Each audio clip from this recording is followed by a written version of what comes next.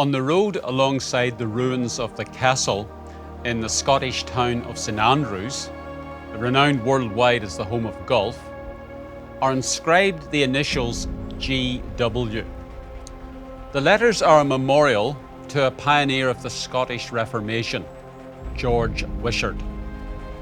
Wishart left his native land and lived in England and Switzerland for a few years, during which time he was powerfully influenced by some leading figures in the Reformation, notably John Calvin in Geneva. Wishart decided to return to Scotland to proclaim the gospel. As he preached around the country, it became increasingly clear he was on a collision course with the medieval church hierarchy in Scotland.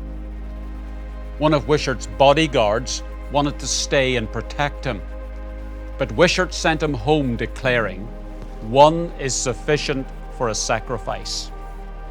The inevitable happened. Wishart died a martyr's death.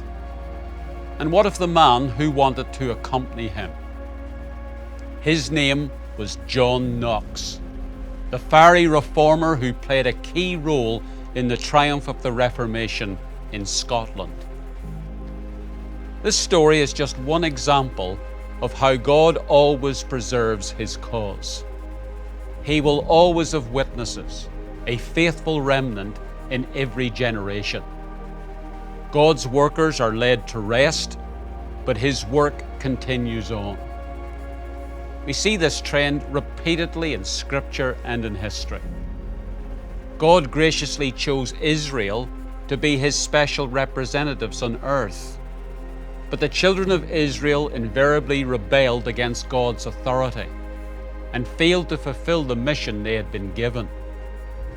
But even during the darkest periods of apostasy, there was always a faithful remnant.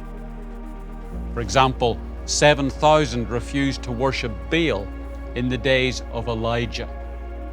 When the light of the gospel was almost extinguished in medieval Europe, there was always a faithful remnant who kept the light burning.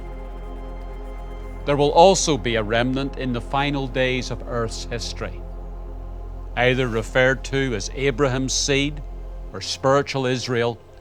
These faithful followers will proclaim the gospel until Jesus comes.